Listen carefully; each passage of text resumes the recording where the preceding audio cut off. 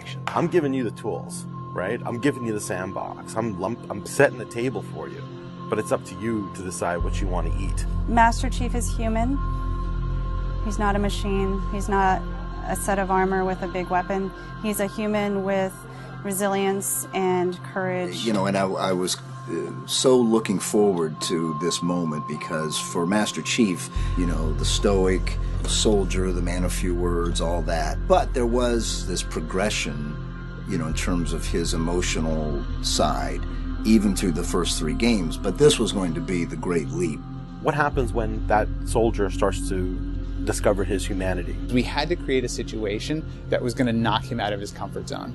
The Master Chief has settled into this comfort zone of being the hero. You know, it's interesting. Early on, we talked about the hero's journey, and like, how do you have a hero's journey when he's already a hero? What are the sacrifices that you need to make in order to preserve something as precious as humanity? The journey is the important part. The growth is the important part.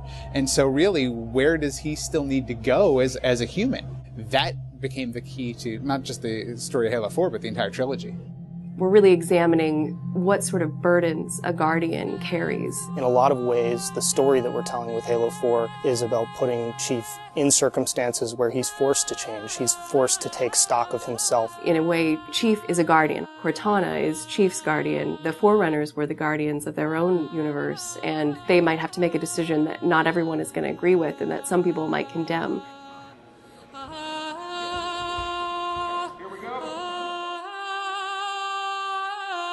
It's almost like you're a little kid and you're just playing make-believe again. So you imagine everything.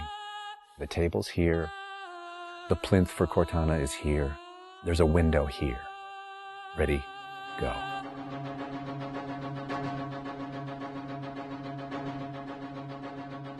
How can we immerse the player even more in this world that we've built around them? I'm not doing this for mankind. How can we have Chief have to deal with his own humanity? Everything had to be predicated by what the character needs were and what direction the characters needed to go in. The art direction specifically for Halo 4 isn't about creating an emotional tone for Halo 4, it's about creating an emotional tone for every single moment and experience that the player needs to understand.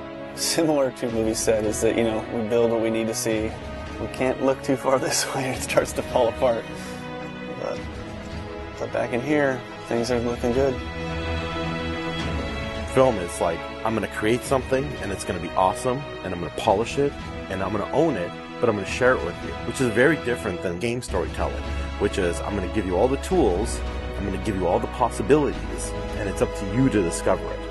Answering questions and answering the directions that the narrative had already taken to find the path forward for us as we started to tell the story. We're always telling these huge, big stories. We've got Infinity, it's the biggest ship that has ever been launched.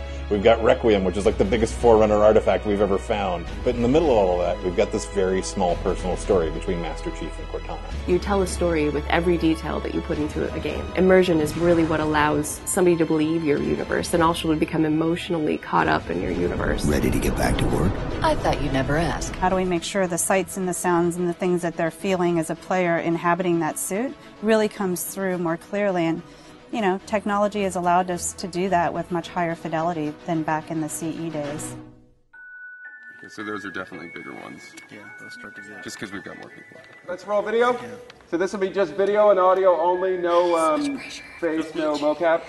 In that case, you won't mind if we return the favor. As we design these things, we put together the best plan. Until it actually touches an actor, it lacks humanity. Having the ability to work with the actors on stage, capturing their face, body, and voice at the same time, really gives us an opportunity to create an immersive experience for the actors. Working at Giant, we could have at least 8 actors in the same volume at the same time. So the objects that they're acting around and the people that they're acting with, against, through, and toward are there in the scene with them, and it makes a huge difference. We sent out a breakdown for the characters and how we wanted them to feel. We ended up getting 80 or 90 submissions back through our casting team. Casting for the Master Chief is tough. You need a performer that has a really raw physicality to him, and yet he has to, within the confines of this suit, be able to relate and relay emotion. I like to express myself. I freely do it. I wholly do it. I enjoy it. And so pulling back on all of those instincts is what's required to play him. Imagine that translating to a 3D model with huge armor and making sure the personality of Chief's movement comes through that armor was really critical. And that really came down to Bruce's acting, his physical stature, and really his physicality as he went through all of the performance. You'll never see his face or hear his voice, but all of the other actors that are playing off of him have received so much from him in their performances, and I think that they would all agree with that. This is the low-res asset of Chief. We were afforded a little bit more budget since he's our hero. From the art process, storytelling is just about engaging the player. You don't have to answer any questions. You don't have to take them through a lot of loops of feeling. If the player is engaged, I think you've got the start. So Master Chief's a difficult one because he's a dude in a helmet. There's such particularly in science fiction, such a fantastic history of people being completely realized as people without having their face as a tool. For us, it's making him feel like a real person.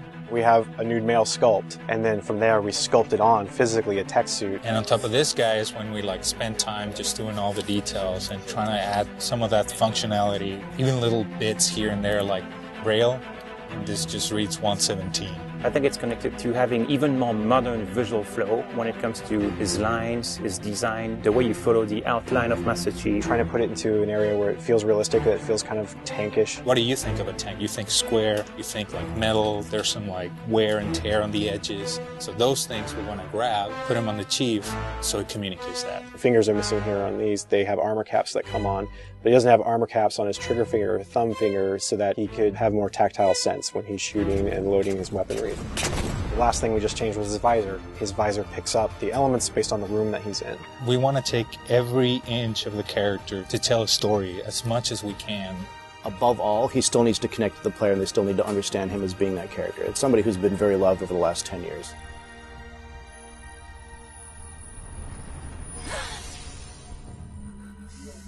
The irony here, right, is that we have a character who's not human at all in Cortana. I was put into service 8 years ago. She is the most human character that we have in the story. Right? She's struggling with her own mortality. AIs deteriorate after 7, Chief. That's something that everybody struggles with. That's the most, human it gets. If we can just get back to Earth and find Halsey, she can fix this. Everyone has to figure out what it means to die.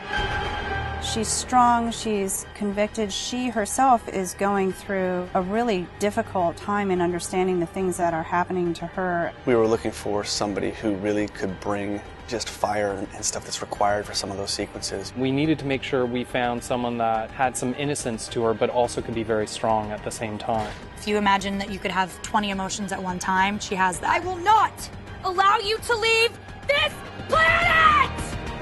She's really the heart of the game and the heart of Master Chief, and explains what's going on and why it's a problem. I didn't mean to.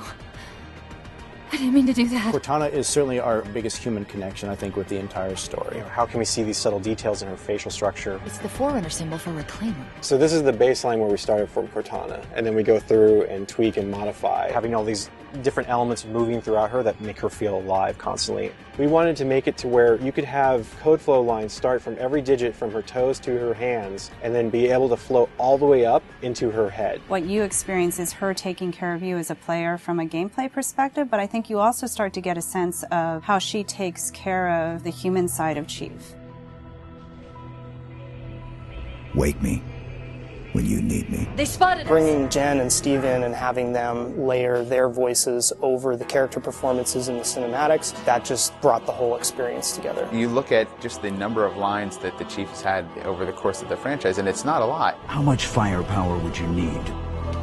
And yet people will immediately call you out on the Master Chief's voice being something very distinctive and important to them. The funny thing is that they've had this off-screen chemistry because they didn't actually meet until last year. Not only is this the first time they've ever sat together on a panel, this is the first time they've ever been in the same room or even met. So seeing them meet and seeing them have that chemistry in real life and seeing how they acted together in scenes just felt like we just missed this opportunity for all these years to actually get them together and get something even more memorable and more exciting out of them. In the beginning, they were great choices for those characters. Steve has this very stoic personality that comes through in his few words. The same way Jen's voice is confident and it's strong, but it can also be playful. You do know you don't have to wait until the last minute just to impress me, right? In many ways, Halo 4 is the first act. We want a player to be able to ask themselves what it is to be a hero. Is the sacrifice worth it? I often think of him as like Atlas, you know, like he's got the weight of the world on his shoulders all the time. Chief and Cortana are the same person, but she has always been the reflection of his humanity. People don't play Halo to watch a soap opera, and yet you don't want to just be kind of pulp. To me, it's a natural progression of this story, and it takes this relationship to the place it should go to.